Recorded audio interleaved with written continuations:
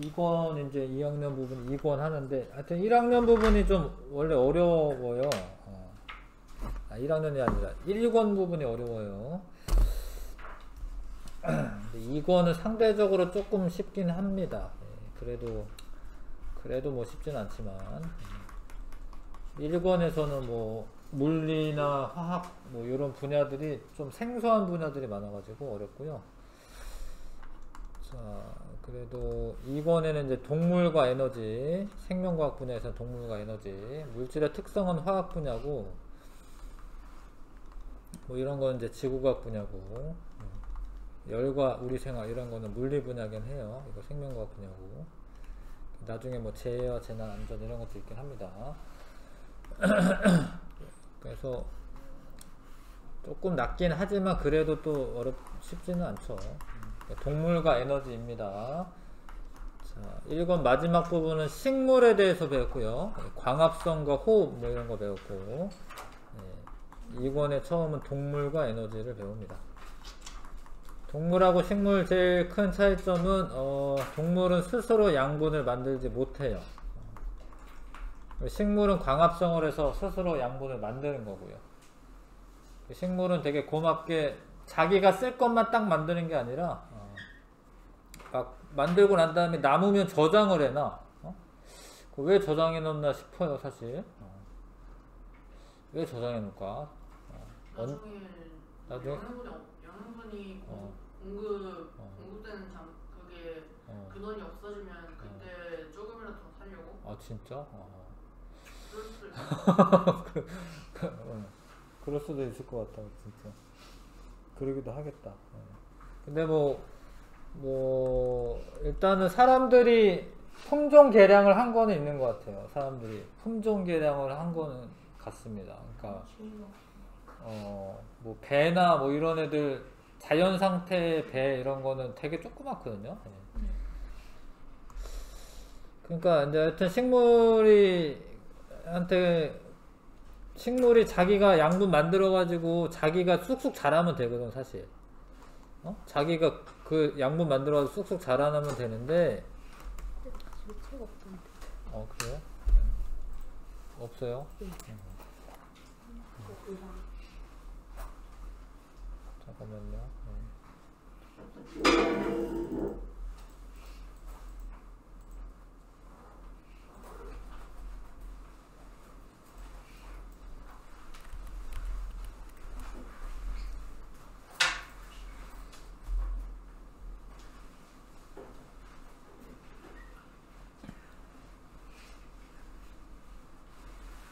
근데 아무튼 고맙게도 저장을 해 놓고 저장해 놓은 걸 이제 우리가 잘 먹고 살고 있는 거지. 그래서 식물은 광합성 못하는 애들을 위해서 참 많이 도와주는 것 같습니다. 그 다음에 산소도 막 이렇게 내보내주고 그런 역할을 하고 있습니다. 그러니까 동물은 어찌됐건 섭취를 해야 된다. 식물을 잡아먹건 아니면 다른 동물을 잡아먹건 에너지를 섭취를 하는 과정이 있어야 됩니다. 자, 보시면 뭐 이러고 있네요. 이 친구가 사과를 먹고 있고, 뭐 이건 사과나무는 아닌 것 같은데, 하여튼 빛 에너지를 화학 에너지 형태로, 영양소, 화학 에너지 형태로 저장해놔. 근데 그거를 이제 사람이 섭취해서 살아가는 거죠.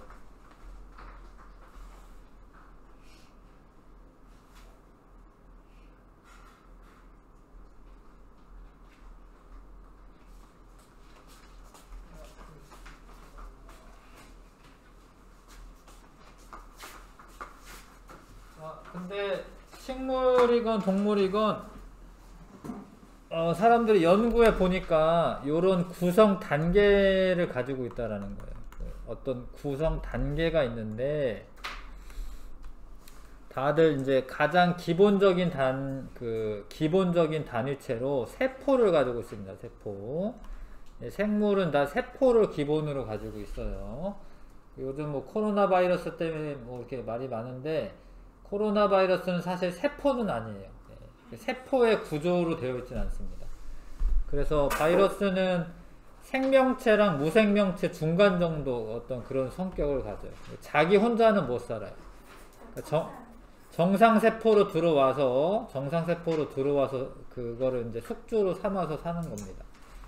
어찌됐건 세포가 가장 기본적인 단위가 되고, 만약에 세포에 이상이 생기면 저랑 네가지 단계는 못 거치는 거예요? 뭐 그런 거는 이제 우리가 단세포 생물은 아니기 때문에 뭐 세포에 이상이 있는 세포가 있을 수 있죠. 우리가 다세포 생물이잖아요. 그러니까 뭐 그런 애들은 뭐 안 좋으면 암세포로 발전하기도 해요. 뭐 암세포로 발전하면은 이제 오히려 정상세포로 위협을 하기도 하죠. 어찌됐건 세포가 모여서 조직이 됩니다. 모양과 기능이 같은 세포들의 모임을 조직이라고 해요. 그 조직이라고 하고, 그 조직들이 모여서 하나의 기관이 되는데, 기관은 일정한 형태가 있어야 돼. 일정한 형태가 있고 특정한 기능을 수행해야 돼. 그런 걸 기관이라고 합니다. 특정 모양이 있어야 됩니다. 그 다음에 이런 기관들이 모여서 하나의 개체가 돼요. 하나의 독립된 생명체가 됩니다. 세포를 처음 발견한 사람은 이제 로버트 훅이라는 사람이고, 로버트 훅이 1665년에 이제 세포를 발견했네. 근데 그 세포를 처음에 이제 봤더니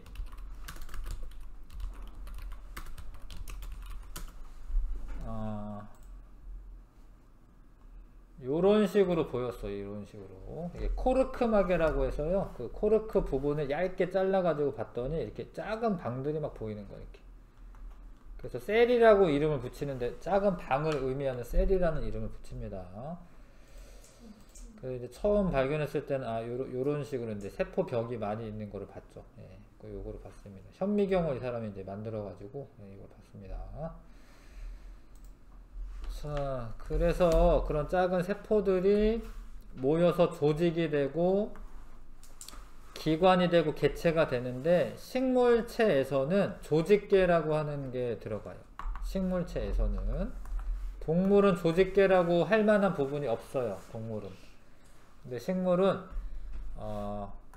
이게 뭐 표피 조직계, 뭐 관다발 조직계, 기본 조직계, 뭐 이런 식으로 나눌 수가 있는데, 표피 세포랑, 표피 조직계는 뭐 표피 세포랑, 표피 조직이라고 해야겠다. 표피 조직이랑 공변 세포, 뭐 이런 거 모여서 하나의 표피 조직계를 형성하고 있습니다. 관다발 조직계는 물관 조직과 체관 조직이 같이 있어요. 그래서 이 관이지, 관들이 다발로 있는 겁니다. 관다발이라고 하고, 꽃다발은 꽃이 되게 많은 꽃다발을 하고, 그 다음에 울타리 조직이라고 하는 거는 이렇게 빽빽하게 모여있는 부분이고, 해면 조직은 좀 등섬등섬하게 모여있는데, 이거 합쳐서는 기본 조직계라고 해요. 울타리 조직이나 해면 조직. 예, 거기를 이제 합쳐서 기본 조직계라고 부릅니다. 그래서 요 조직계들이 모여서 하나의 잎이 돼요.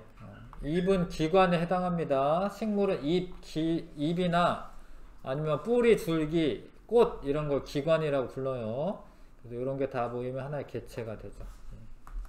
이런 게 이제 식물의 이제 구성 단계라고 합니다. 식물체의 구성 단계가 이렇게 되어 있다. 자, 그 다음에 세포는 식물체를 구성하는 기본 단위로 표피세포, 입살세포, 물관세포 등 다양한 세포가 있는데, 그런 모양과 크기가 비슷한 애들이 모여서 조직을 이루고, 그 다음에 조직은 크게 분열조직과 영구조직으로 나뉘는데, 일단 분열조직이라고 하는 거는 세포 분열이 왕성하게 일어나는 부분이에요. 근데 식물은 좀 특이하게 끝에서만 자라나, 끝에서만. 그러니까 이게 나무가 뭐 이렇게 있어. 어렸을 적에 와가지고 자기 키를 표시했어. 그러니까 1년 있다 오면은 이 나무가 이렇게 키가 자라나 있나, 이렇게? 이거 그대로죠. 그대로인데 요 끝에 나무는 좀 자라죠. 네. 그러니까 요 끝에서 생장점이라고 하는 부분이 있어서, 거기서 세포 분열이 왕성하게 일어나서 쭉쭉쭉 자라나는 거야. 여기는 이미 세포 분열이 끝난 데는 안 자라요. 그냥 그대로 유지가 돼요. 그런 거는 영구 조직이라고 해. 세포 분열은 이제 다 끝난 상태에 있는 조직을 영구 조직이라고 하고, 세포 분열이 왕성하게 일어나는 부분, 그런 데를 생장점이라고 합니다. 생장점이라고 합니다. 아마 뒤에 있는 것 같은데, 잠깐만요. 네, 여기 잠깐 보고 갈게요. 네. 18쪽에. 자, 그러니까 여기 뿌리 끝이나 줄기 끝에 여기 세포 분열이 왕성하게 일어나는 생장점이 있어. 뭐 이런 거는 이제 우리가 분열 조직이라고 하는 이름을 쓰는 거고, 그 다음에 식물들 중에 옆으로 늘어나는 그런 애들이 있어요. 뭐 나무나 아니면 이제 쌍떡잎 식물이나 그런 애들은 형성층이라고 하는 부분이 있어서 여기에서 세포 분열이 왕성하게 일어나요. 형성층이라고 하는 부분이. 그러니까 아무튼 생장점과 형성층은 세포 분열이 왕성하게 일어나서 생장점에서는 길이 생장을 한다라고 말합니다. 길이 생장이 일어나고, 길이가 길어진다 그거죠. 예, 형성층은 부피 생장이 일어난다, 뭐 이런 말을 합니다. 그런 데에는 이제 분열 조직이라고 이제 이름을 붙이는 거죠. 그 가운데서 그 부피 생장을 하는 식물은 중간도 늘어나요? 아니요, 중간 늘어나는 게 아니라 옆으로 늘어나는 거죠. 예, 그러니까 뭐 아까 얘기한 거는 맞는 거죠. 예, 옆으로 늘어나는 거. 굵기가 굵어진다라는, 굵기가. 부피가 늘어난다. 자, 그리고 이제 영구 조직은 이미 뭐 아무튼 생장점 형성층 빼고는 영구 조직이라고 보시면 되겠습니다. 조직계는 식물체에만 있고요. 표피 조직계, 관다발 조직계, 기본 조직계 이런 게 있고, 기관은 일정한 형태를 가지고 있고, 뿌리, 줄기, 잎, 꽃, 열매 등이 기관이고, 개체는 이제 하나의 풀 한 포기, 나무 한 그루 이런 게 개체가 되죠. 자, 동물은 세포가 모여서 조직이 되는 거는 같은데, 조직 다음에 조직계가 없고 기관으로 갑니다. 기관은 이제 위라고 하는 특정 모양, 형태를 갖추고 얘가 할 일이 있어. 얘가 하는 일이 특정 일이 있어. 근데 동물들을 잘 살펴보면 소화랑 관계되는 일을 하는 기관들이 모여가지고 다 같이 이제 뭐 유기적으로 작용해서 소화를 이제 그런 역할을 해주는 거예요. 그래서 기관들이 모여 있습니다. 위랑 소장, 대장, 간, 쓸개, 이자, 요런 거 뭐 식도, 그 다음에 뭐 침샘, 뭐 요런 것들. 12지장은 소장의 일부분이에요. 소장의 윗부분을 12지장이라고 합니다. 그래서 이제 배울 때는 그냥 소장이라고 하시면 되고요. 그래서 그런 게 기관계가 있다라는 거, 동물은 기관계가 있어요. 근데 그런 기관계가 소화계 있고, 순환계 있고, 혈액순환 시키는 거죠. 호흡계 있고, 숨 쉴 때, 배설계는 이제 오줌 같은 거를 배설할 때, 그 다음에 신경계, 이런 기관계들이 있습니다. 기관계. 그게 모여서 하나의 개체가 되고, 자, 아무튼 세포도 동물체의 기본 단위를 세포라고 하고요. 조직은 이렇게 모여있는 애들인데 뭐 상피조직, 결합조직, 근육조직, 신경조직 등이 있습니다. 상피조직은 피부를 말하는 거고요. 결합조직은 이제 혈액도 결합조직에 해당합니다. 결합조직은 다른 것들을 연결시켜주는 역할을 하는데 이런 혈액이 결합조직이고, 근육조직은 이제 근육으로 되어 있고, 신경조직은 신경을 전달합니다. 뇌신경이나 척추신경이나 이런 것들이 신경조직이 됩니다. 자, 그런 조직이 모여서 하나의 기관이 되고, 기관이 모여서 동물체에는 이제 기관계라고 하는 부분이 있다. 그 다음에 이제 개체는 그런 게 모여서 하나의 생명체가 되는 거죠. 그 다음에 뭐 볼 거 있나? 넘어갈게요. 자, 요거를 하나하나 배우는 거예요. 소화계, 순환계, 호흡계, 배설계까지는 요때 배워요. 지금 이제 좀 이따가 뒤쪽에. 그 다음에 신경계, 뭐 골격계 따로 배우나? 골격계는 안 나오는 것 같아요. 신경계는 이제 3학년 과정에서 배우고 이렇게 배웁니다. 자, 소화계는 이제 식도, 위, 소장, 대장, 간, 쓸개, 이자 등이 있고요. 하는 일은 이제 영양소 소화와 흡수를 하는 거죠. 자, 순환계는 심장이랑 혈관으로 되어 있는데 영양소나 산소, 노폐물들을 혈액순환을 통해서 혈액에 녹아가지고 이동하거든요. 혈액순환을 시켜서 산소나 노폐물, 영양소 이런 거 운반시키는 거예요. 피가 괜히 있는 게 아니라 이런 걸 막 이렇게 날려주고 있는 겁니다. 호흡계는 폐, 기관, 기관지가 있고 기체 교환을 하는데 기체 교환은 이제 산소는 내보내고 이산화탄 미안해 거꾸로 얘기했다. 산소는 들이마시고 산소는 들어오고 이산화탄소 같은 경우에 내보냅니다. 그런 걸 기체를 교환한다라고 하는 거고요. 배설계는 콩팥, 오줌관, 방광, 요도 등이 있는데 노폐물을 배설한다. 신경계는 뇌 척수고 자극을 전달하고 반응을 일으키는 과정에 관여한다. 골격계는 두개골, 척추, 갈비뼈 이런 것 등이 있고 몸을 지탱하고 뇌나 심장, 폐, 내장기관을 보호하는 겁니다. 그 밖에도 뭐 근육계, 면역계, 내분비계, 생식계 뭐 다양하게 있죠. 이런 게 사람을 구성하고 있습니다. 그림도 보면 아셔야 됩니다. 소화계, 요거는 순환계, 그쵸? 순환계, 호흡계, 요 콩팥, 방광 이런 거는 이제 배설계, 뇌랑 이렇게 척수에서부터 뻗어나온 말초신경들이 있어요. 그게 신경계, 골격계는 이제 뼈를 말하는 거죠. 근데 이게 나중에 다 배우면 알겠지만 다 따로따로 노는 게 아니에요. 유기적으로 작용한다라고 얘기해요. 뭐 뇌에서 명령을 내려서 뭐 다른 것들도 되고 막 이러는 거고.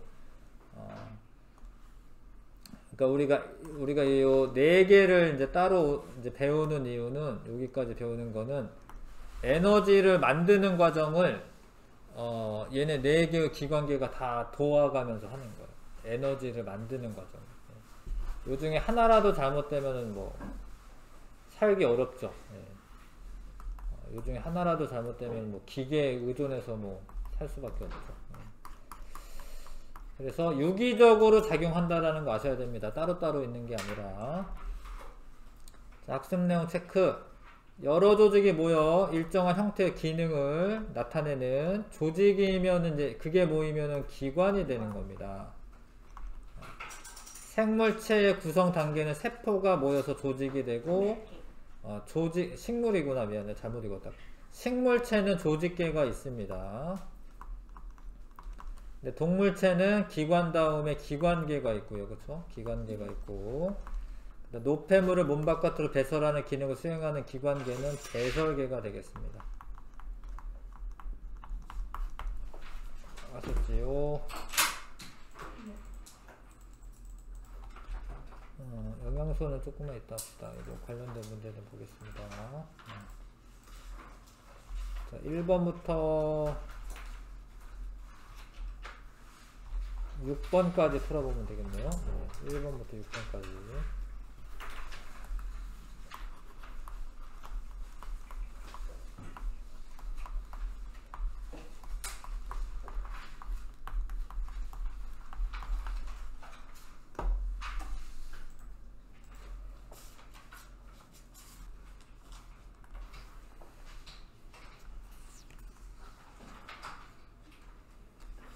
자, 거의 다 했지요?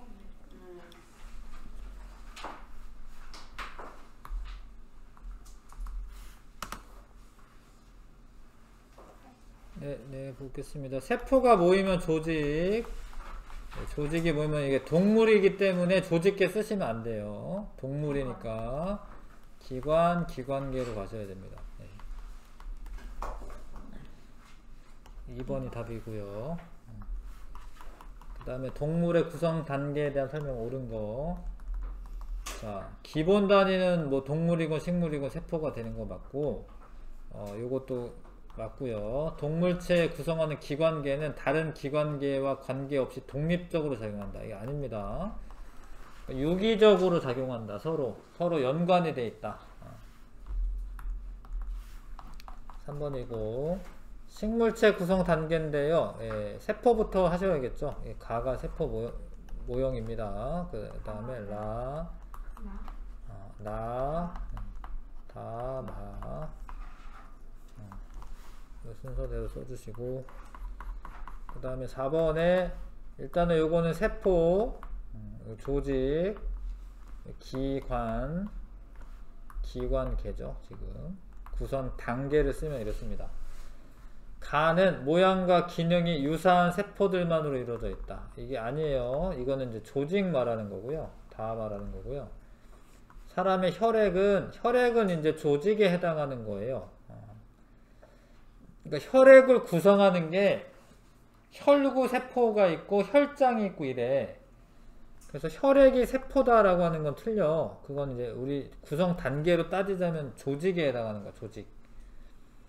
자, 다는 모양과 기능이 다양한 조직 아니고 비슷한 모양과 기능이 똑같은 그런. 라는 연관된 기능을 수행하는 기관들로 구성된다. 맞죠? 이게 맞습니다. 자, 순서대로는 이제 나, 타, 가, 라 순이겠네요. 네. 답은 4번이고. 자, 5번에 기체 교환을 담당한다라는 게 이제 산소, 이산화탄소 교환하는 거 말하는 거예요. 그게 B고요. 물질 운반은 순환기관입니다. 이게 순환기관 모형이야. 이거는 이제 배우면 좀 더 알 텐데 이게 심장 말하는 거 사실. 왜 빨간색, 파란색 칠했나 싶긴 한데 이거는 나중에 뭐 아무튼 저 혈액의 그 산소가 풍부한 정도 나타내는 거여서 하여튼 이렇게 그림을 그립니다. B, C 순서대로 써야 되겠습니다. 산소되면 붉게 변해가지고 저렇게 되는 거예요? 아니요. 색깔은 다 붉은색인데 그냥 파란색 피가 있는 건 아니야. 약간 차이는 있지만 뭐 여기 약간 자세히 들어보면 파란색 핏줄 같은 게 있는데 그게 피가 파래서 파란색 핏줄이 아니에요. 그건 혈관 색깔이 파란색이에요. 혈관 색이 녹색을 띠기 때문에 그런 거고 피가 파래서 그런 건 아니에요. 피 빨간 거 아시죠? 네. 이거는 그냥 산소가 부족한 혈액을 나타내는 이제 정맥혈이라고 부르거든. 이걸 정맥혈이라고 불러. 심장에서 다시 산소를 공급하는 거죠? 아니고요. 심장에서 산소를 공급하는 건 아니고 폐까지 보내는 거죠. 그러니까 정맥과 동맥의 차이가 다 파란색과 빨간색의 차이예요? 아니에요. 복잡한데 나중에 알려줄게요.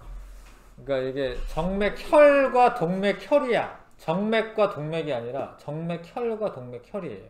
이게 뭐가 달라요. 정의가. 이따가 나중에 한 다음 주나 다다음 주 정도. 자, 일단은 동물체, 식물체 이제 기본적인 건 세포이지요. 그 다음에 조직이고 옆으로 가는 게 조직계겠죠. 그래서 요게 이제 기관이고요. 요건 기관계겠죠. 가나라는 공통 구성 단계이다. 공통적으로 있으니까 그렇게 얘기한 거고. 라의 예로 기관이네요. 동물은 심장, 식물은 잎이 있다. 맞습니다. 다는 연관된 기능을 하는 기관계로 이루어져 있다. 아니에요. 이거 그쵸. 조직들이고 바뀌었죠. 이거는 틀렸고요. 기억계는 2번이 답이다. 영양소에 대해서 배워보겠습니다. 영양소 15쪽.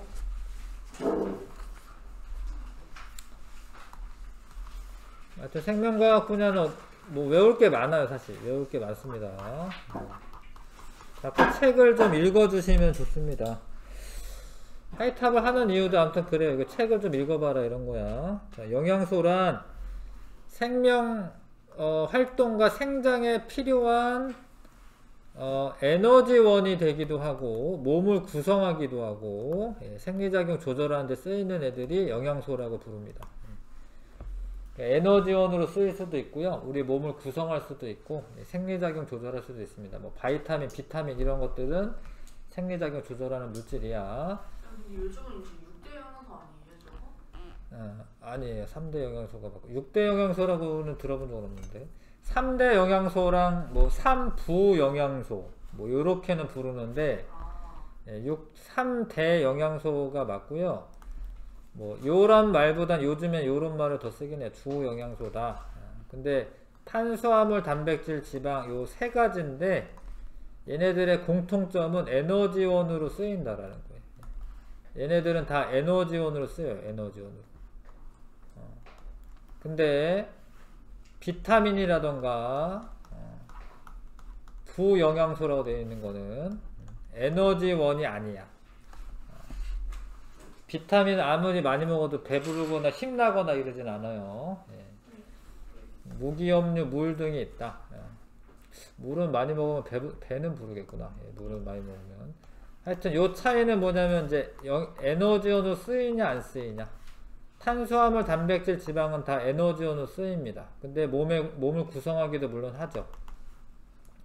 그리고 얘네들은 이제 공통적으로 탄소, 수소, 산소 이 원소를 가지고 있어요. 공통적으로는 일단 탄수화물은 탄소, 수소, 산소로 되어 있으며 1g당 4kcal의 열량을 내요. 그러니까 1g을 먹으면 4kcal의 에너지가 나옵니다. 자, 그리고 단당류로 구성된다. 단당류는 세 종류가 있는데 여러분 이제 포도당만 좀 잘 알고 있어도 되는데 포도당, 과당, 갈락토스 이렇게 세 종류가 있는데 이게 당이잖아. 당이 하나만 있으면 단당류라고 하는 거예요. 당이 하나만 있어서.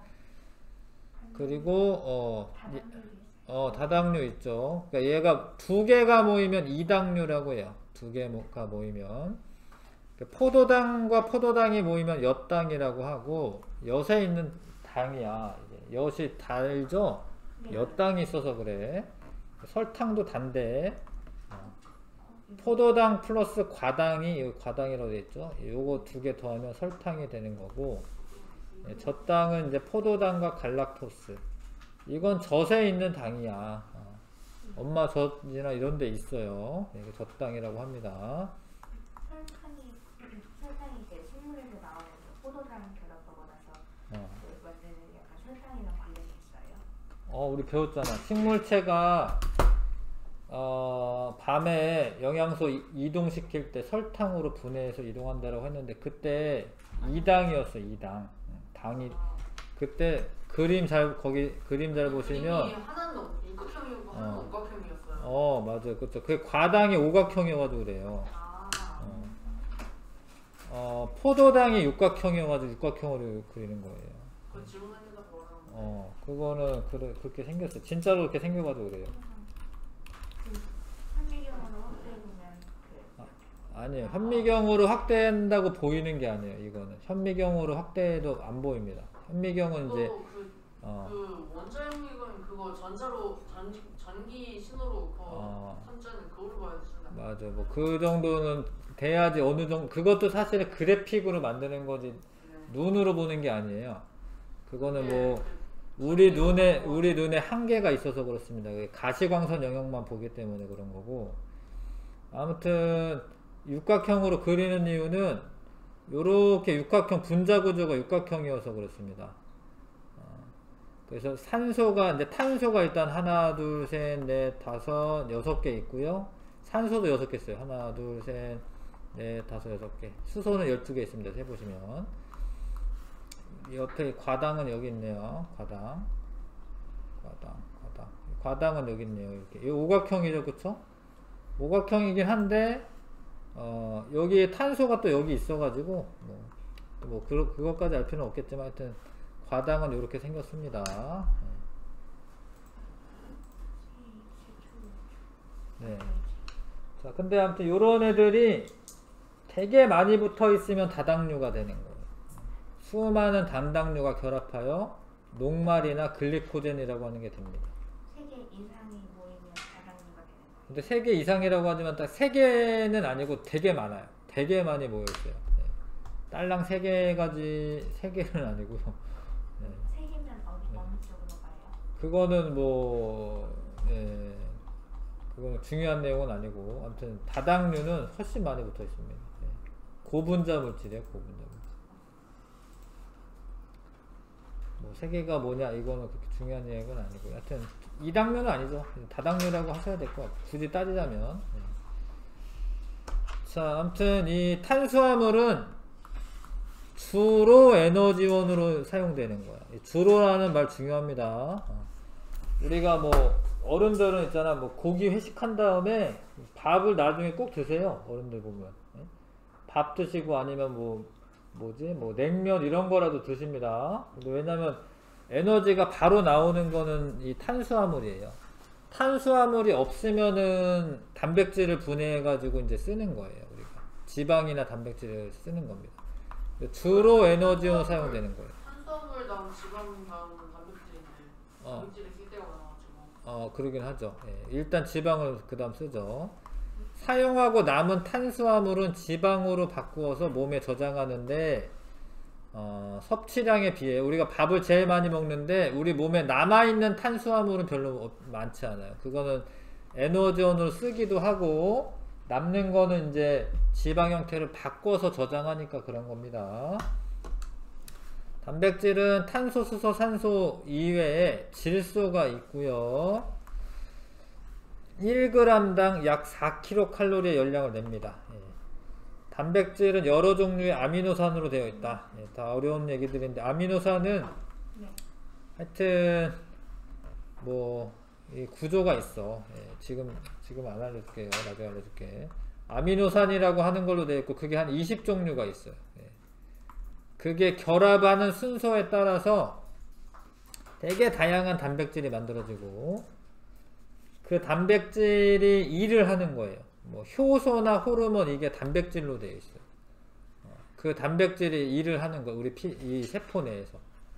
그리고 뭐 근육이나 머리카락도 단백질로 되어 있고 얘는 주로 에너지원으로 쓰여지지만 얘는 몸을 구성하는 주요 성분이야. 단백질이. 그 다음 생리작용 조절하기도 하고 이런 거는 효소나 호르몬의 역할이기도 하기 때문에 그렇고 만약에 탄수화물 지방이 부족한 경우 에너지원으로 사용됩니다. 네. 단백질이 내분비도 해주는 거예요? 네. 그 세포의 주요 구성 성분이기 때문에 세포수가 증가하는 성장기에 특히 단백질을 많이 섭취를 해야 돼요. 여러분들이 특히 그렇고 살코기나 생선, 달걀, 콩 등에 많다. 지방은 탄소, 수소, 산소로 되어 있는데 1g당 9kcal의 열량을 냅니다. 그러니까 얘가 유리해요. 그러니까 쟤는 이제 뭐 단백질이나 뭐 이런 애들은 1g당 4kcal인데 얘는 9kcal가 나오기 때문에 저장할 때는 지방 형태로 바꿔서 저장하는 게 유리합니다. 그 다음에 지방산과 글리세롤이라고 하는 애가 3대1로 결합되어 있어요. 아무튼 글리세롤이라고 하는 분자가 있고 지방산이라고 하는 이게 끼일다랗게 생긴 애가 3개가 붙어 있어요. 요런 게 이제 지방이고 에너지원 사용되고요. 몸을 구성하는 성분 사용되고 에너지를 저장하는 데 효과적이다. 피부 아래에 저장하고 내장의 지방이 형태로 저장된다. 버터, 식용유, 땅콩 등에 많이 들어있고요. 땅콩도 그게 되게 땅콩 맨들맨들하거든요. 그 지방이 많아서 그렇습니다. 깨나 뭐 이런 것도 거기서 지방이 많기 때문에 참기름 이런 거 짜내는 거예요. 참깨 이런 데서.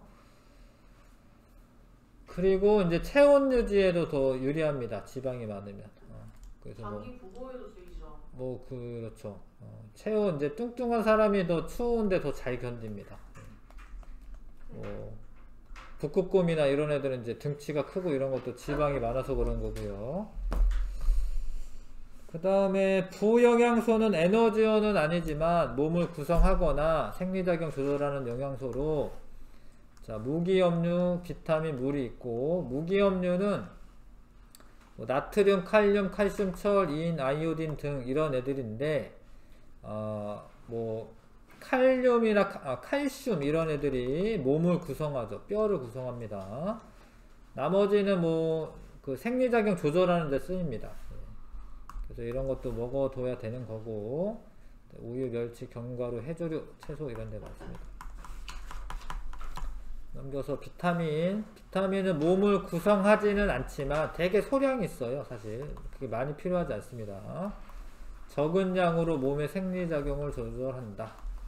근데 조금만 있어도 되긴 하는데 결핍이 되면 여러가지 이제 병이 나와요. 그러니까 B1이라고 하는 게 결핍이 되면 각기병이라고 해서 다리가 휘어요. 다리가 휘는 그런 각기병이 있습니다.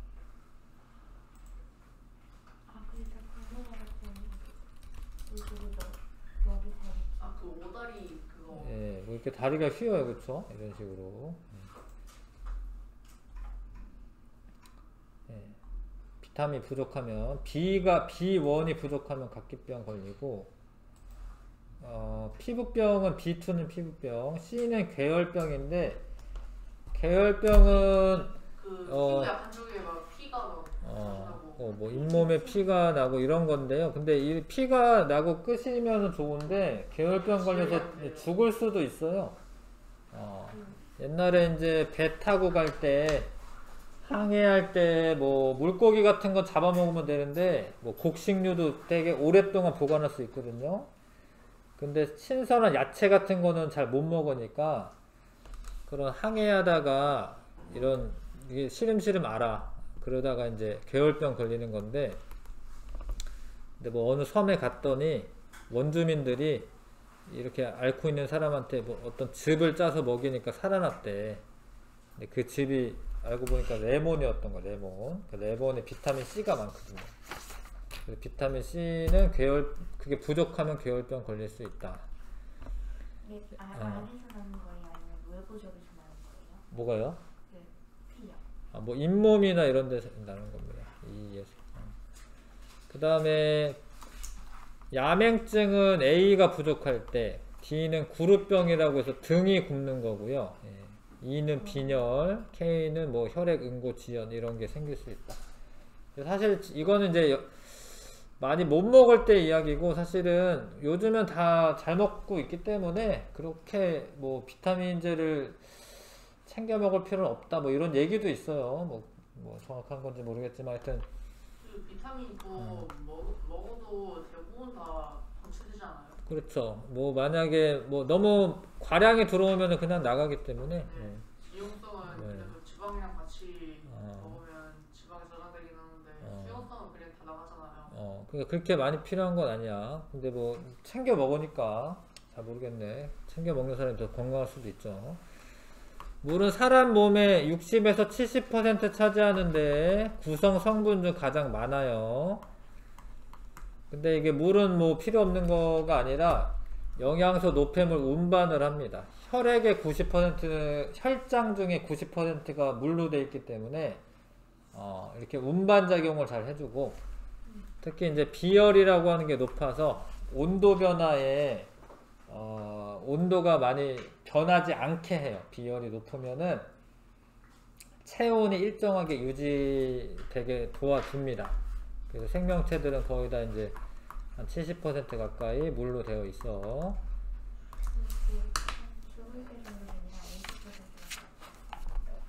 원래 자기 몸의 10% 정도가 없어지면은 생명에 위험하대요. 자기 거에 그렇다고 하더라고요. 자, 영양소를 검출하는 방법인데, 녹말이 있는지 없는지 알아보려면 아이오딘 반응이라고 하는 걸 합니다.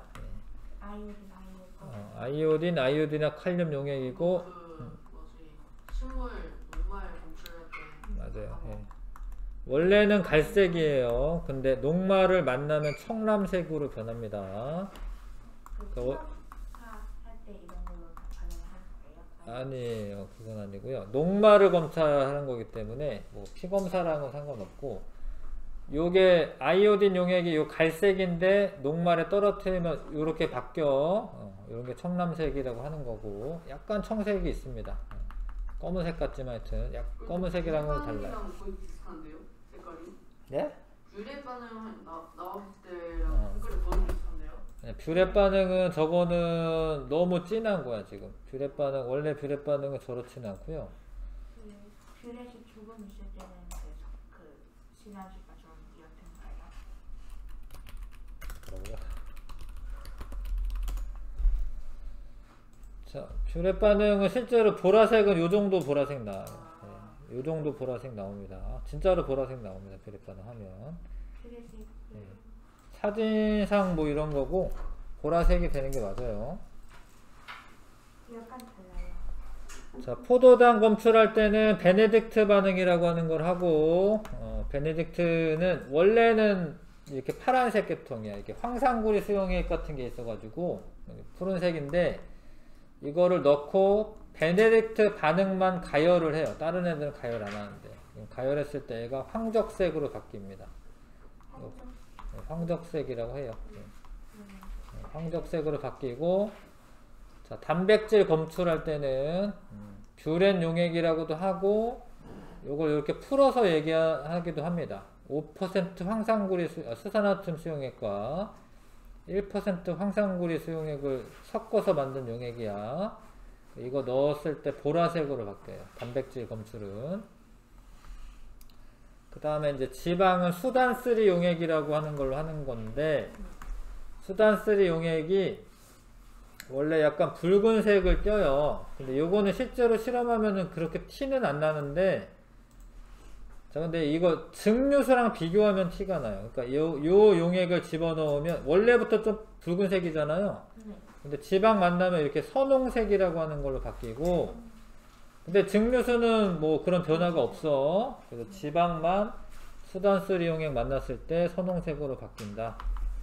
이게 그 약간 혈중 그 단백질 검출이나 포도당 검출할 때 이게 피 검사할 때 뭐 이런 거 하는 거예요? 아니에요. 그냥 영양소 검출하는 거고요. 포도당 검출할 때 이 당이라고 되어 있는데 포도당 뿐만 아니라 엿당이나 당류라고 해요. 이당류 요런 것도 이걸로 검출되는 겁니다. 옆에 보시면 포도당 뿐만 아니라 엿당과 젖당도 검출합니다. 그래서 뭐 베네딕트 반응을 통해서 이제 검출할 수 있는 거는 포도당이라고 그냥 쓰면 되는데, 뭐 어떤 실험을 할 때 보면은 이제 엿당 검출할 때도 쓰인다라는 거. 엿당이랑 젖당이 포도당이 들어가요? 아니에요. 엿당, 포도당, 젖당은 다 따로따로예요. 네. 들어가는 건 아니고 검출을 한다라는 거고요. 네. 포도당, 엿당, 젖당은 다르죠? 네. 자, 학습용 체크. 3대 영양소 중 주자 보셔야 됩니다. 주 에너지원은 탄수화물이라고 쓰셔야 되고,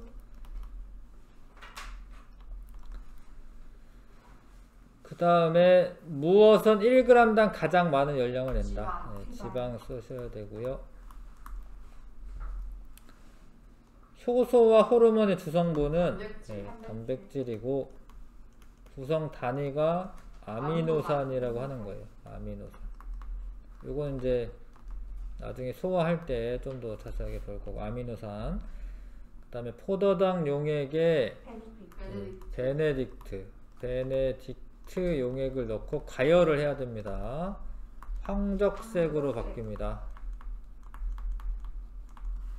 무슨 용액에? 녹말이겠다. 아니요, 녹말 용액에 얘를 넣으면 청람색으로 바뀐다. 잘 보시면 되고요. 조금 쉬었다 갈게요.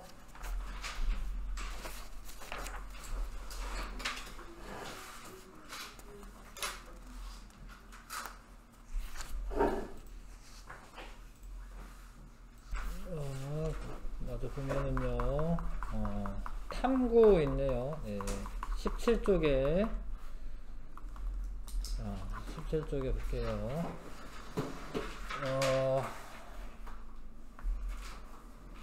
미음 증류수는 그냥 대조군으로 쓰는 겁니다. 그냥. 근데 미음이 뭐냐면 뭐 죽 같은 거예요. 뭐 죽 같은 건데요. 미음이 뭔지 모르긴 하더라고요. 쌀로 이렇게 갈아가지고 이렇게 죽처럼 만든 이런 거 이렇게 쌀이야, 쌀. 하여튼 그런 게 미음이고, 양파즙, 달걀 흰자, 예, 식용유를 넣고, 요조는 이제 베네딕트 반응을 쭉 했네요. 베네딕트 반응, 베네딕트 용액 넣고 가열하고. 근데 원래 베네딕트 색깔이 파란색이니까 요거만 변했나봐. 지금 황적색으로 바뀐 게 얘고, 양파즙. 그러면 베네딕트 반응 하면은 얘는 뭐 포도당이 있는 거야. 수단 3 용액은 얘가 선홍색으로 바뀐 거지, 얘가. 식용유는 뭐 지방이 있다라는 걸 알 수가 있겠네요. 듀렛 반응 했더니 얘가 보라색이네. 얘는 이제 달걀 흰자는 얘는 단백질이 있구나. 이런 거 알 수가 있고요. 아이오딘 반응은 얘만 지금 청람색으로 바뀌었죠. 미음에 녹말이 있구나. 이렇게 검출한다고. 이해 가시죠? 색깔 변화 보고 검출하는 겁니다. 다른 방법은 지금 우유만 가지고 가네. 우유. 다 우유인데 이 아이오딘 칼륨 반응은 변화가 없는 거예요. 이거는 그래서 녹말은 없구나. 근데 이게 베네딕트 반응했는데 황적색 바뀐 겁니다. 그럼 뭐 포도당이 있구나. 포도당 또는 당류라고 하시면 되는데, 요거 보라색 바뀐 거죠. 얘는 이제 단백질이 있구나. 단백질이 있는 거고, 요거는 선홍색 바뀐 거예요. 그래서 요것도 이제 지방이 있구나. 원래 유지방이라고 있습니다. 그래서 우유에 영양분이 되게 많죠. 뭐 포도당도 있고 단백질도 있고 지방도 있고 칼륨, 칼슘 뭐 이런 것도 있고. 자, 탐구 확인 문제 요거 해보세요. 1번부터 2번.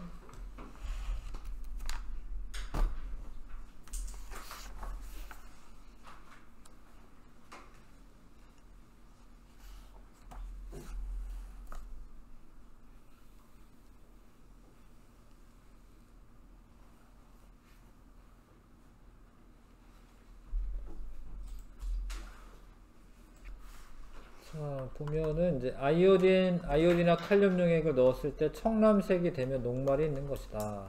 그리고 베네딕트 용액을 넣어 가열하는 까닭은 반응 속도를 빠르게 하기 위해서이다. 이거 맞아요. 아까 얘기했나 모르겠는데 하여튼 이거는 반응 속도를 빠르게 하려고 하는 거예요.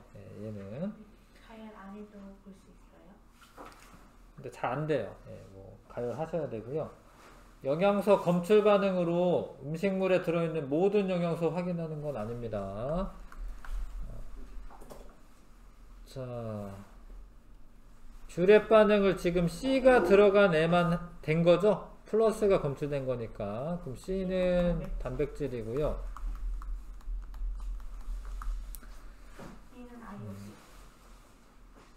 B는 아이오딘 반응이 됐죠. 그쵸? 그러면 B는 녹말이죠. 지금 A가 들어가 있는 둘 다 수단 3 반응을 했기 때문에 A는 지방이 됩니다. 되시죠?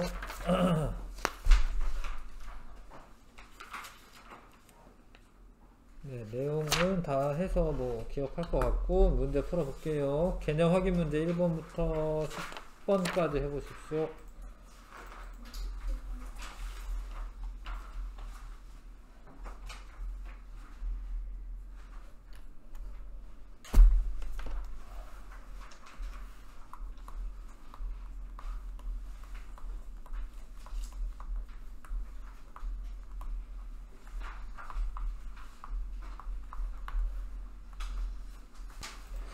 아까 전에 여기까지 풀었었구나. 그렇죠? 그래서 7번부터 하면 되네요. 자, 몸을 구성하는 성분도 되고요. 영양소는 생명활동에 필요한 에너지원도 되고 생리작용 조절하여 몸의 기능 유지하는 것도 영양소의 기능입니다. 그 다음에 에너지원으로 사용할 수 있는 영양소에 해당하지 않는 것은 비타민은 아니고 녹말하고 포도당은 이걸 합쳐서 탄수화물이 되는 겁니다. 그러니까 탄수화물에 해당하는 거죠. 탄수화물, 녹말과 포도당은 탄수화물입니다. 그 지방, 단백질. 간은 단백질, 나는 지방, 다는 물. 예, 맞네요. 이 단백질이 세포의 주요 성분이라는 거 아셔야 되겠고, 효소, 호르몬 두 성분. 가장 많은 열량을 내고 지방산과 글리세롤이 결합되어 있는 게 지방이고요. 사람의 몸에 비해서 사람의 몸에서 구성 비율이 가장 높다. 물이죠. 체온 유지에 관여한다. 물입니다. 물. 자, 어떤 음식물 속에 들어있는 영양소의 종류를 알아보기 위한 실험이다. 자, 요거는 요게 뷰렌 용액인 거 아셔야 되겠고요. 요거는 이제 단백질이 있다라는 거고, 베네딕트 반응은 반응 안 한 거예요. 이게 황적색으로 바뀌어야 되는데 반응한 게 아닙니다. 수단3 용액은 붉은색. 붉은색은 애매한데. 선홍색으로 표현했으니까. 그쵸. 선홍색으로 돼야 되는 거예요. 선홍색. 원래 붉은색인데 바뀌지 않았으니까 청람색으로 바뀌면 녹말 있는 거고요. 그래서 단백질과 녹말이 있다. 한 번이네요. 자, 그 다음에 실력 강화 문제도 해보시고요.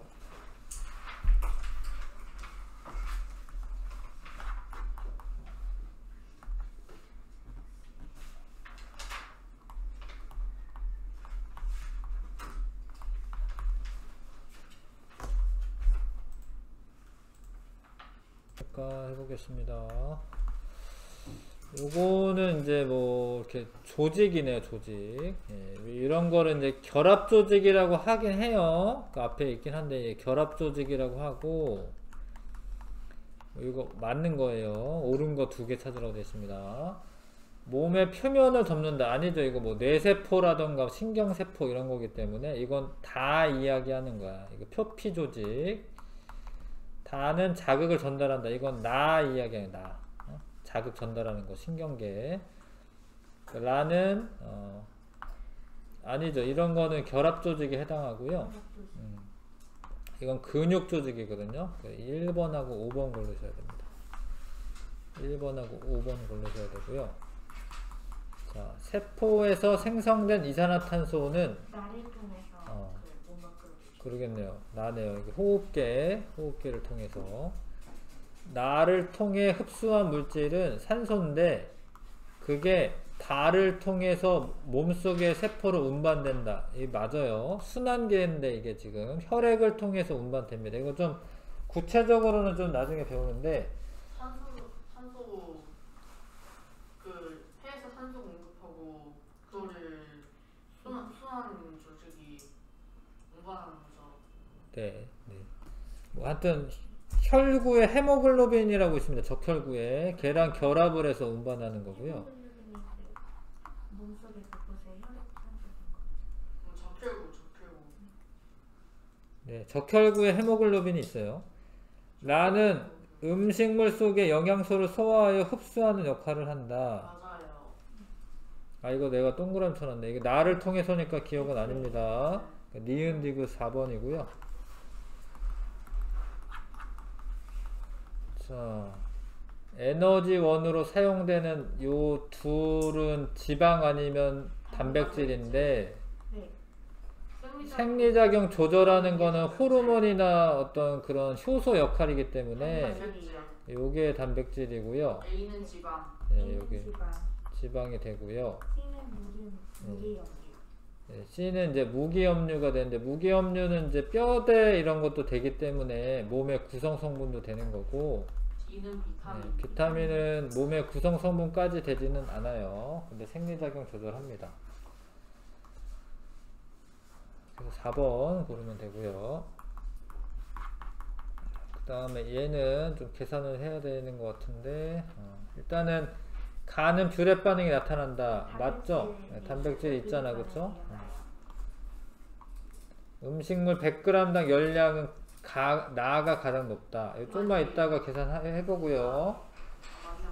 그 다음에 다는 비타민 A가 많으므로 바퀴병은 그 B인가 C예요. 예, 그쵸. 예, B고요. B1이고요. 비타민 A가 많은 거는 야맹증을 예방하는 거예요. 아니고 라를 많이 먹으면 근육을 강화하는 데 도움이 된다. 그 에너지원이니까 탄수화물이니까 그거 맞아요. 아닌데 내 생각에는 단백질을 많이 먹어야죠. 단백질 가가 제일 많습니다 지금. 근육을 강화해야 되는데요. 네. 탄수화물은 뭐 에너지원인 건 맞지만 근육 강화에는 단백질을 많이 먹어야 되고, 요거는 어떻게 계산하냐면 이제 단백질하고 탄수화물은 곱하기 4를 하셔야 되고요. 1g당 4kcal. 얘는 이제 9kcal 하셔야 되고, 나머지는 없어요. 이건 곱하지 않아도 되고요. 그 다음에 얘는 4하고 얘는 곱하기 9 하셔야 됩니다. 요거는 이건 에너지원 쓰이지 못합니다. 요건 곱하기 4하고 이거 9 해야 돼요. 얘도 곱하기 4네. 근데 나랑 비교하면 될 것 같아, 그쵸? 나랑 라랑 비교하시는데 나가 더 많아 보여요. 계산하시면 나가 더 많습니다. 그래서 답은 B형이에요. 1번이 답이고요. 단백질은 항상 400K요? 네, 1g당 4kcal니까 단백질이. 모든 단백질 다 그런 거예요? 아니면 뭐 대체로 그런 거죠. 단백질은 1g당 4kcal이고요. 지방은 9kcal이고, 탄수화물 4kcal이고. 항상 킬로칼로리만 곱하면 되는 거죠? 네, 그러니까 1g당이기 때문에 만약에 뭐 밀리그램 써져 있다 그러면은 그거는 이제 1000으로 나눈 다음에 곱하는 거고요. 하여튼 g당이기 때문에 1g당이니까 그런 거죠. 소수령 문제 좀 볼게요. 자, 1번부터 4번까지 한번 해보세요. 이것도.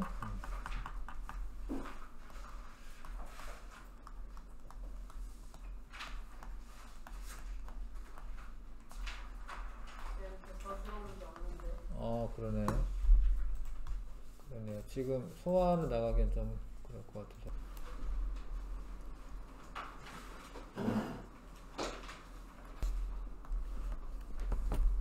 공통 구성 단계를 쓰라라고 돼 있네. 뭐 키워드가 있긴 하네요. 세포 쓰면 되고, 세포는 뭐 생물체의 기본 단위다 뭐 이런 말 들어가면 좋을 것 같습니다.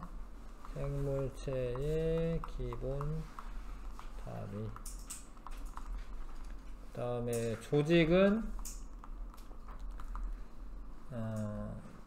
비슷한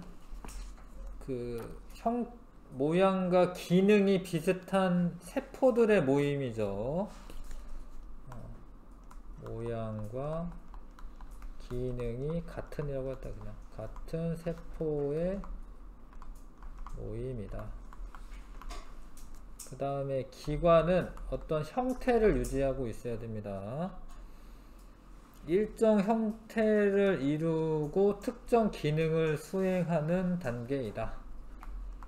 일정 형태를 이루고 특정 기능을 수행한다. 그 다음에 개체는 독립된 생명체다. 뭐 이런 말 들어가면 좋을 것 같습니다. 기관이 모여서 만들어진 독립된 생명체, 독립된 생명체다. 이렇게 정리하면 되고, 식물체는 없고 동물체만 있는 구성 단계는 기관계죠. 기관계, 얘는 뭐 소화계, 뭐 순환계 이런 거 쓰면 됩니다. 뭐 배설계 뭐 이런 거 쓰면 됩니다.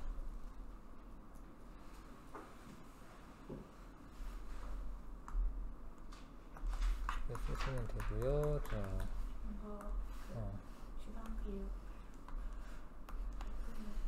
자, 이 비율은 이렇게 해야 되네요. 그럼 다 합치면 100이죠? 네. 그러니까 요 비율로. 근데 뭐야? 한 사람이 하루 동안 섭취해야 할 탄수화물, 단백질, 지방의 양을 구하시오. 근데 탄수화물이랑 단백질은 4kcal씩이죠? 네. 지방은 9고.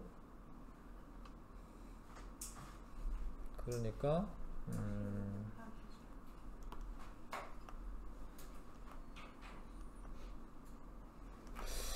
어떻게 되지?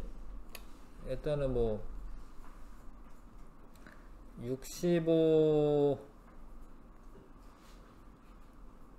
비율은 이렇게 해야 된다. 그 비례배분하면 65 곱하기 4 한 다음에 이게 다 더한 다음에 저기 비례를 구해서 600 나오면 4 해서 그러겠지 않나요? 그래요. 65 곱하기 4 더하기 15 곱하기 4 더하기 20 곱하기 9. 근데 그거의 몇 배가 돼야겠죠? 이게 다 더하면 600이나요? 그게 요렇게 돼야 돼요. 그쵸? 네. 비율은 이제 요대로 맞춰줘야 되니까. 이거 다 더하면 600이에요? 네. 그래? x는 4야 4. 네. 근데 4면은 이거 4배씩 해주면 되는 거죠. 그쵸? 네. 그래서 요거는 지방은 80g이고 요거는 60g이고 65 곱하기 4 해야 되네요. 260g이고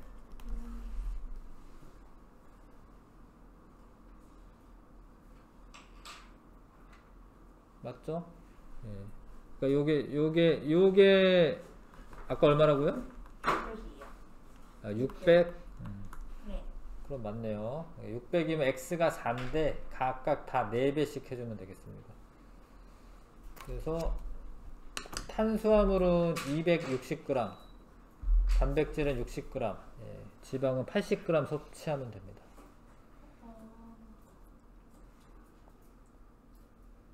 왜요? 틀렸어요? 답안 주시면 안 같은데.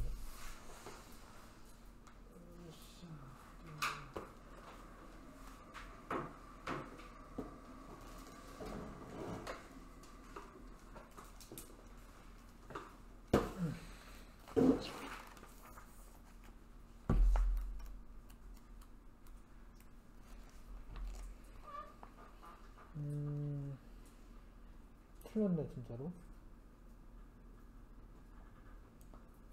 틀렸네요. 왜 틀렸을까? 이거 400이에요. 이게 400이야? 네. 요거 합치면 400이래. 미안해요. 내가 계산해야 되는데. 요거 계산해보죠. 그러면 이제 맞나 틀리나. 260 더하기 60 더하기 80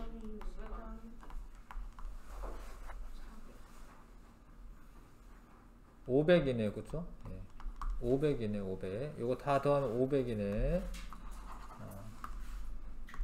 그래서 뭐 x에 해당하는 거는 이제 500분의 200 2400이고요. 공 2개 지워 주시고 5분의 24를 곱해주면 돼요. 각각에. 그러니까 65 곱하기 5분의 24 해주시면 됩니다. 각각 해야죠. 그래서 탄수화물은 65에 5분의 24 13 곱하기 24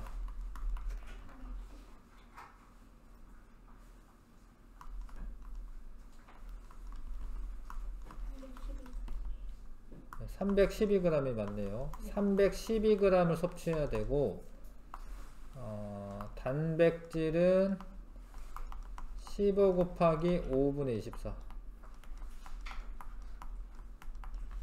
72g이고요.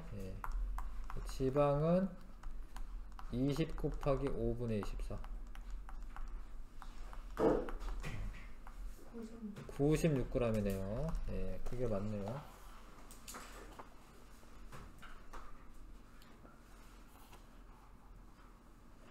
지방이 틀렸네. 이 지방이 왜 틀리지? 지방 20 곱하기 5분의 24 4 4 4 16 24 96g 맞는데?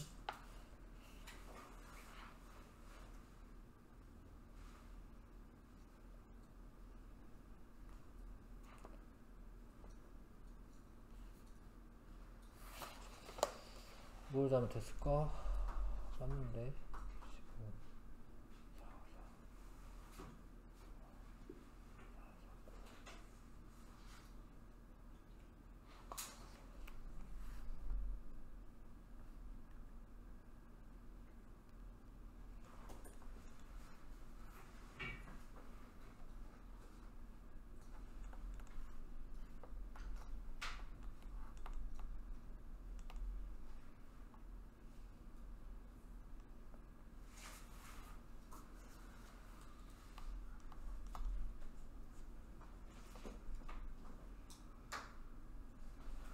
맞는데?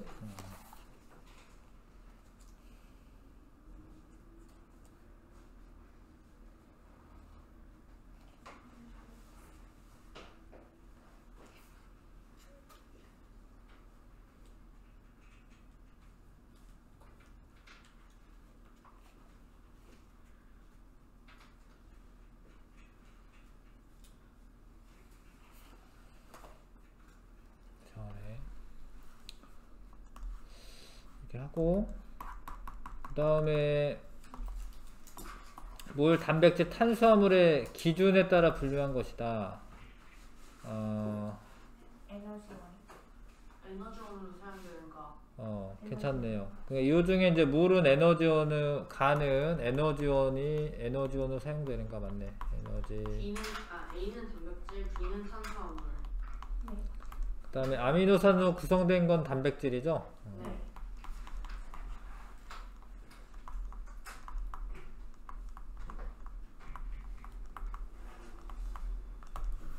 쓰면 되고요. 그 다음에 4번에 자, 요거에 여기 뭐 빠졌네요. 그쵸? 예, 요거에 1% 황산구리 수용액 있기는 해야 될 것 같습니다. 지금. 자, 수정 보완해야 하는 거 쓰라고 돼 있구나. 그러니까 A에 1% 황산구리 수용액을 넣어야죠. 베네딕트 용액 넣은 다음에 가열해야 그렇죠. 그것도 없네요. 그 다음에 요거는 이제 가열해야 되죠. 가속과 더 빨리 봐야 되죠. 가속과. 됐지요? 네. 2번만 다시 식을 숏을 보자. 아까 그거 괜찮은 것 같은데 왜 답안이라 틀리지? 그러니까 전체 다 합치면 100이잖아요. 네. 그러니까 얘가 전체에 대해서 0.65만큼이 차지하고 있는 거고 단백질은 0.15만큼이고 얘는 0.2만큼 차지하고 있는 거네요. 네.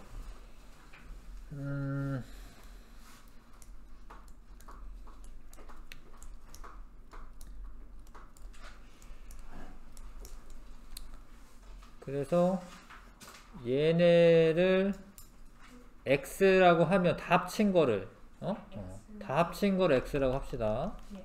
다 합친 걸 x라고 하면은 x 중에 0.65는 탄수화물이죠? 네. 그거 곱하기 4 하고 x 중에 0.15는 단백질이야.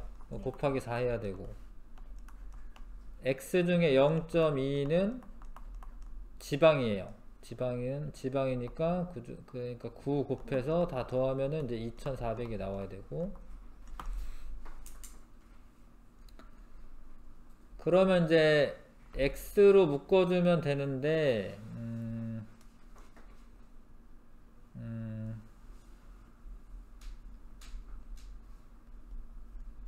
이게 맞는 식 같아요. 그죠? 이게 맞는 식이고